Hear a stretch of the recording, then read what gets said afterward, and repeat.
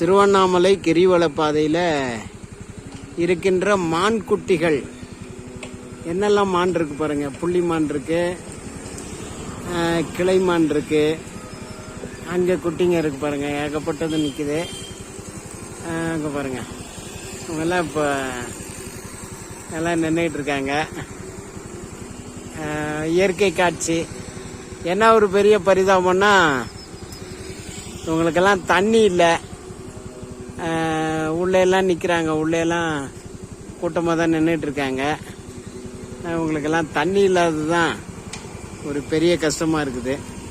என்ன பண்ணுறது, இயற்கை இவங்களெல்லாம் காப்பாற்றணும். பாருங்க, கிரிவல பாதையில் இந்த திருவண்ணாமலையை சுற்றி இருக்கின்ற பகுதி இது. பாருங்க, இந்த மான்களில் கொஞ்சம் வித்தியாசமான மான்கள். பாருங்க, இந்த மானுடைய கொம்புகள் எல்லாம் பாருங்க எவ்வளோ பயங்கரமாக இருக்கு. இதை பாருங்க, எல்லாம் ரொம்ப அரிய வகை மான்கள்.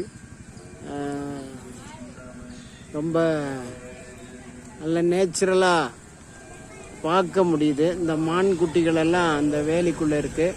ஃபாரஸ்ட் ஏரியா, இந்த திருவண்ணாமலையை சுற்றியில் இருக்கிற காடுகளில் இந்த மான்கள் எல்லாம் இருக்கு. இந்த பாருங்க, எல்லாம் வந்துக்கிட்டே இருக்கு. ரொம்ப அழகாக இருக்கு. இதெல்லாம் இவ்வளோ கிட்டக்க நம்ம இவ்வளோ மான்களை எல்லாம் பார்க்கறது ரொம்ப ஒரு அரிதான விஷயம். நீங்களும் வந்தீங்கன்னா பார்க்கலாம்.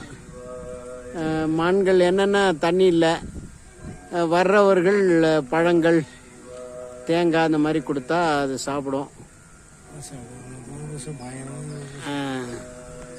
பாருங்க, தூரத்துலேருந்து ஒன்று வந்துகிட்டு இருக்கு. ஆமாம், பாருங்க, ஒரு பெரிய மான் ஒன்று வருது. மிக அகலமாக உயரமான கொம்புகள். பாருங்க, இதெல்லாம் இயற்கை. ஆண்டவர் நமக்கு கொடுத்த இயற்கைகளில் இதெல்லாம் ஒன்று. ஓகே,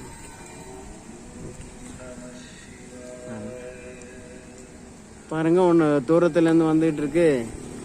ரொம்ப பயங்கரமாக இருக்கு.